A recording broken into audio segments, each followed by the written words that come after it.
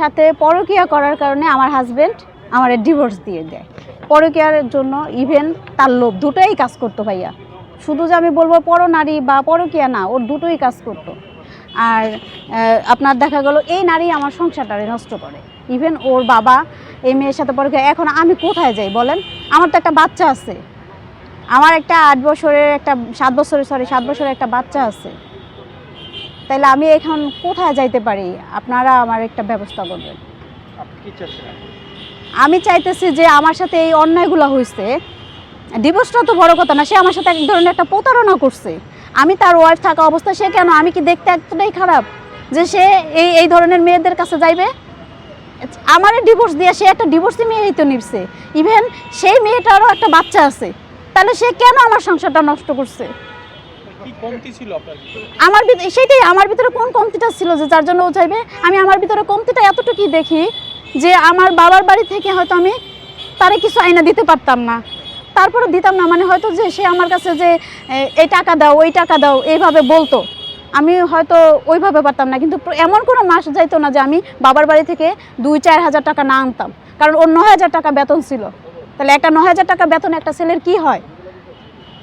গত কয়েকদিন আগে একটা নারী প্রশ্ন করছিল স্বামীর কাছে যে তোর চাহিদা মিটাতে পারতাম কিনা, তখন স্বামী বলছে না, তুই আমার চাহিদা মিটাতে পারতি না। আসলে কি এরকম কোনো ঘটনা আছে? না, এরকমের কোনো ঘটনা। ওর চাহিদা মানে একটা হাজব্যান্ড ওয়াইফের যে একটা আছে, চাহিদা আছে, সেইটার জন্য না, সেটা তো ও ছিল না। সেটাই আমার কথা হচ্ছে যে আমি কোন জায়গা থেকে কমতেছিলাম যে একটা হাজব্যান্ড সংসার জীবনে, যে একটা হাজব্যান্ড অন্য একটা মেয়ের কাছে যাইতে পারে এর জন্য যে শারীরিকভাবে কোনো দুর্বল থাকলে, তা আমি কোন জিনিসটা ছিলাম? এটা কি ছিলাম যে তুই আমার ছেড়ে অন্য মেয়ের কাছে গেছস?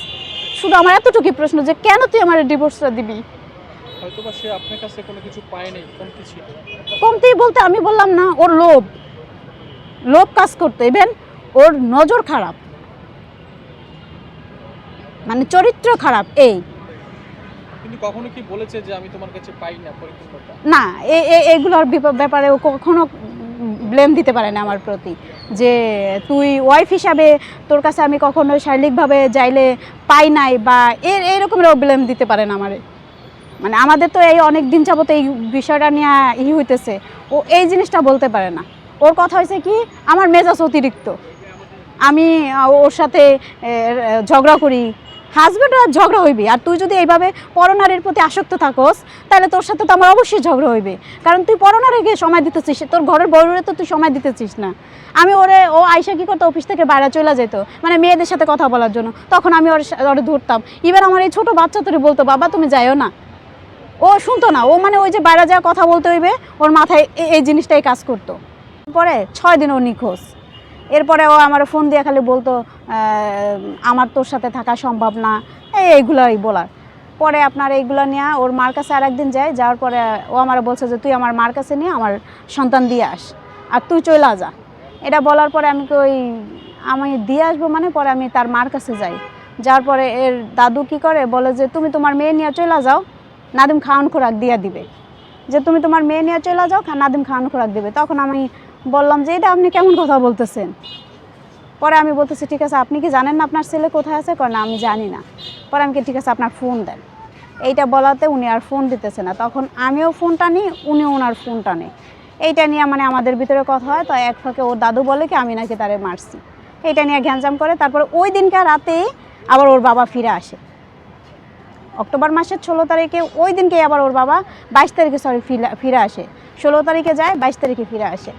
আসার পরে আবার অনেক দিন ভালোই থাকা হয়। এরপরে আমার ভাই আসে, আমার বাইরে আসতে বলে, এরা আইসা আমাদেরকে আবার বৈশা এই মিলায়া দেওয়ার পরে নভেম্বর মাসে আমরা 1 তারিখে নভেম্বর মাসের বাসায় উঠি, নতুন বাসায় ওঠার পরে 6 তারিখে ও কী করে, অফিসের কথা বইলা অফিস চলে যায়। যখন রাত 8টা বাজে তখন আমি ওরে জিজ্ঞেস করি তুমি কই আছো?